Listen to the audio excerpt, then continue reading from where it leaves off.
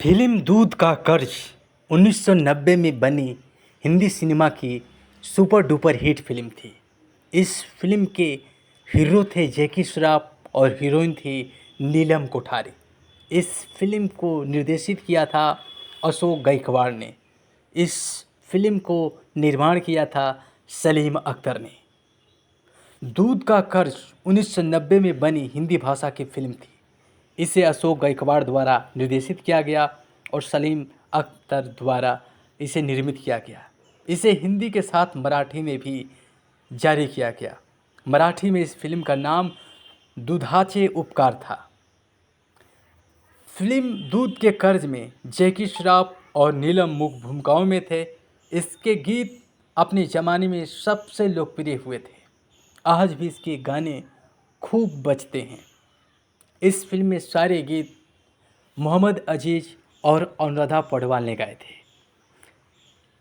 इस फिल्म में और किरदारों की बात करें तो इस फिल्म के लेखक थे संतोष सरोज, और इस फिल्म में सभी किरदारों की बात करें तो जैकी श्रॉफ, नीलम कोठारी और प्रेम चोपड़ा, अरुणा ईरानी, अमरीश पुरी और सदाशिव अमरापुरकर थे। इस फिल्म में संगीतकार थे अनु मलिक, और ये फिल्म हिंदी सिनेमा घरों में सबसे पहले 31 अगस्त 1990 को प्रदर्शित हुई थी। इस फिल्म की कहानी की शुरुआत होती है ठाकुरों के हवेली से। दरअसल जमींदार ठाकुर रघुवीर सिंह अपने घर में कुछ सोच रहा होता है। सोच ये रहा होता है कि वो एक वेश्या के प्यार में पड़ा हुआ था और वो वेश्या का वो पिता बनने वाला था, और वेश्या ने उसे कुछ कहा था। वेश्या ने उसे पैसे मांगे थे और कही थी कि यदि वो पैसे उसे नहीं देता है तो वो बड़े ठाकुर से कह देगा। और इधर रघुवीर सिंह यानी कि अमरीश पुरी अपने हवेली में ये बात सोच रहा होता है, और तुरंत वेश्या आती है, उसे पैसे का फरमाइश करती है, लेकिन पैसे देने से वो इनकार करता है रघुवीर सिंह।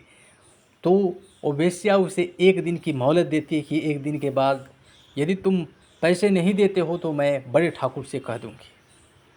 फिर वो रघुवीर सिंह कुछ सोचता है और वेश्या जाती है भैरव शिव के पास, क्योंकि भैरव शिव यानी कि सदाशिव अमरापुरकर के कहने के पर ही वेश्या ने ये सब ऐसा किया था। बाद में भैरव सिंह जब वेश्या को की सारी बातें सुन लेता है तो वेश्या को गोली मार देता है, और फिर वो सदाशिव अमरापुरकर यानी भैरव सिंह और प्रेम चोपड़ा यानी कि संपत दोनों मिलकर एक प्लान करते हैं और रघुवीर सिंह को मोहरा बनाते हैं।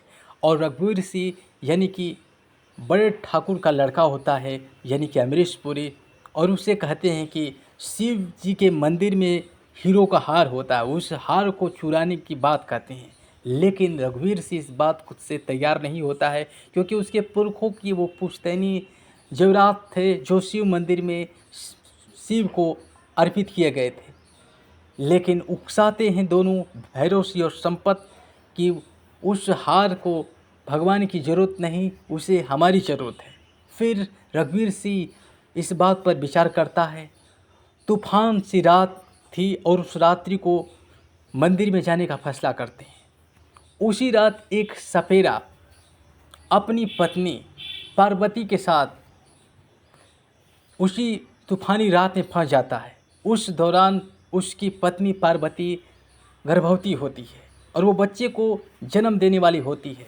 तभी पार्वती के पति सपेरा एक दरवाज़ा खटखटाता है और दरवाजे से मंदिर के पुजारी बाहर निकलते हैं, और पुजारी से वो कहता है कि मेरी पत्नी प्रसव पीड़ा से पीड़ित है, उसे आश्रय चाहिए। फिर वो पुजारी दरवाज़ा खोलता है, अपने घर में शरण देता है, और वहीं पर पार्वती एक बच्चे को जन्म देती है। लेकिन इधर उसी रात्रि में जब तूफान था, बारिश हो रही थी, और उसी बारिश में तीनों साथी यानी कि ठाकुर, जिनमें रघुवीर सिंह और भैरव सिंह और संपत तीनों मिलकर शिव मंदिर में यानी कि हीरे की चोरी करते हैं। और बाद में जब बच्चा हो जाता है तो पुजारी जाता है मंदिर में शिव के सामने बात करने को, प्रार्थना करने को, तभी तीनों को देख लेता है पुजारी, और फिर पुजारी को तीनों गोली मार देते हैं और इल्ज़ाम सपेरे पे लगा देते हैं। सपेरा भी जब मंदिर में जाता है तो पुजारी को देखता है मरा हुआ, तो फिर सभी गांव वालों को वो संपत और भैरव शिव और रघुवीर सिंह सबको बता देता है गांव वालों को, और फिर उस पर चोरी का आरोप लगा दिया जाता है। अपनी नवजात बेटे सूरज के साथ सपेरन पार्वती यानी कि अरुणा ईरानी असहाय रूप से देखती है कि उसका पति गंगू को गलत तरीके से चोरी का आरोप लगाया जाता है। फिर उसे रघुवीर सिंह यानी कि अमरीश पुरी, भैरव सिंह, सदाशिव अमरापुरकर और संपत यानी कि प्रेम चोपड़ा द्वारा पीट पीट कर मार दिया जाता है, क्योंकि सारे गांव में ये बात फैला दी जाती है कि सपेरे ने मंदिर में हार चुराया। और फिर गांव वाले इस बात को सही मानते हैं और बीच चौराहे पर उस सपेरे को लटका दिया जाता है, जबकि वो निर्दोष होता है, और उसे पीट पीट कर मार दिया जाता है, कोड़ों से मारा जाता है, उसे लटका कर रस्सी से बांध कर उसे कोड़ों से मार दिया जाता है। वो उसके शरीर का जब वो मर जाता है तो उसकी पत्नी पार्वती उसका अंतिम संस्कार करती है, और फिर जब संस्कार करके उसके शव के राख को लेकर ये कसम खाती है कि जब तक वो उस अपमान का बदला नहीं लेगी तब तक वो कभी चुप नहीं बैठेगी। उसके बाद वो सांप और सूरज को पालती है और गंगू की मौत का बदला लेने की कसम खाती। उसकी देखभाल धर्मा लोहार यानी कि गोगा कपूर, जो सूरज को पालने में उसकी सहायता करते हैं। उस सांप को पार्वती और गंगू ने अपने बेटे के रूप में मान लिया था। पार्वती सांप को अपना दूध देती है, उसे जाने को कहती है, क्योंकि उसका पालन पोषण वो नहीं कर पाएगी। सालों बाद सूरज बड़ा हो जाता है और पार्वती गंगू की मौत का बदला लेने और धर्मा की बेटी कजरी से उसका विवाह करने के लिए तैयार होती है। उसकी योजना बिखर जाती है जब उसे पता चलता है कि सूरज रघुवीर की बेटी रेशमा नीलम के प्यार में पड़ गया है। अब शायद वो अपने भावी ससुराल के खिलाफ प्रतिशोध नहीं करने का फैसला कर सकता है। ऐसी बात कजरी के पिता के मन में आती है, लेकिन ऐसा नहीं होता है। उसी समय पार्वती अपने बेटे सूरज को याद दिलाती है कि कैसे उसके निर्दोष पिता को इन ठाकुरों ने मार दिया था, जिनमें भैरव सिंह, संपत और रघुवीर सिंह तीनों शामिल थे। ये बात जब सूरज को पता चलता है तो वो आग बबूला हो उठता है और अपने पिता के मार का बदला लेने के लिए वो ठाकुरों की हवेली में जाता है। और वहीं पर एक पार्टी होती है।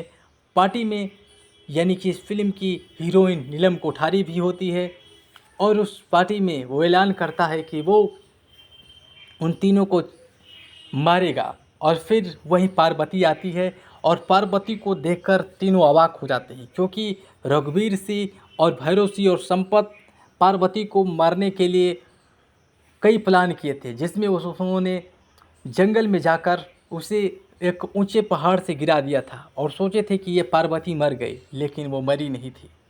और फिर इस कहानी में जैसा कि रघुवीर सिंह वो अपने अपराधों की क्षमा मांगने के लिए पार्वती के पास जाता है, लेकिन पार्वती उसे क्षमा नहीं करती और कहती है कि जा तू उसी मंदिर में जिस मंदिर में तूने चोरी किया था और इल्ज़ाम मेरे पति पर लगाया था। मंदिर में जैसे ही रघुवीर सिंह जाता है वहीं पर नाग बैठा होता है और नाग उसे डस लेता है और वो वहीं पर मर जाता है। इस फिल्म में मुख्य भूमिका में थे सूरज के जैकी श्रॉफ और नीलम, रेशमा की भूमिका में थी अरुणा ईरानी पार्वती बनी थी, अमरीश पुरी रघुवीर सिंह बने थे और प्रेम चोपड़ा संपत का किरदार निभाया था, राजा मुराद तांत्रिक बने थे, गोगा कपूर धर्मा लोहार बने थे, वहीं गुलशन गोबर ने अजीत का किरदार निभाया था, सदाशिव अमरापुरकर भैरव सिंह के किरदार में थे और वर्षा उस गांवकर कजरी की भूमिका में थे, कुलदीप पवार और गंगू की भूमिका में राम मोहन पुजारी के भूमिका में थे और बॉम क्रिस्टो अंग्रेज गोरा के रूप में किरदार निभाए थे। वही सुधीर जुमान के किरदार में मोहन छोटी रघुवीर का मुंशी बने थे और गुड्डी मारुति हरी भरी बनी थी, टॉम अल्टर फ्रैंक बने थे, अनंत जोग सफेरा बने थे, कुनिका सदानंद मुन्नी जान बने थे। इस फिल्म में संगीत दिया था अनु मलिक ने और इस फिल्म में सारे गीत लिखे थे आनंद बख्शी ने। इस फिल्म में कई गीत थे तुम्हें दिल से कैसे जुदा हम करेंगे, ये मोहम्मद अजीज़ और अनुराधा पौडवाल ने गाए थे।